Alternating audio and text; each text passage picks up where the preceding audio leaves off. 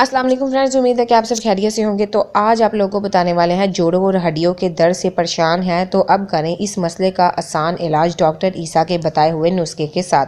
अगर आपके जोड़ों, कमर, हड्डियों, कंधों में और टांगों में दर्द रहता है तो अब करें इसका आसान और हर्बल इलाज डॉक्टर ईसा के बताए हुए तरीके से।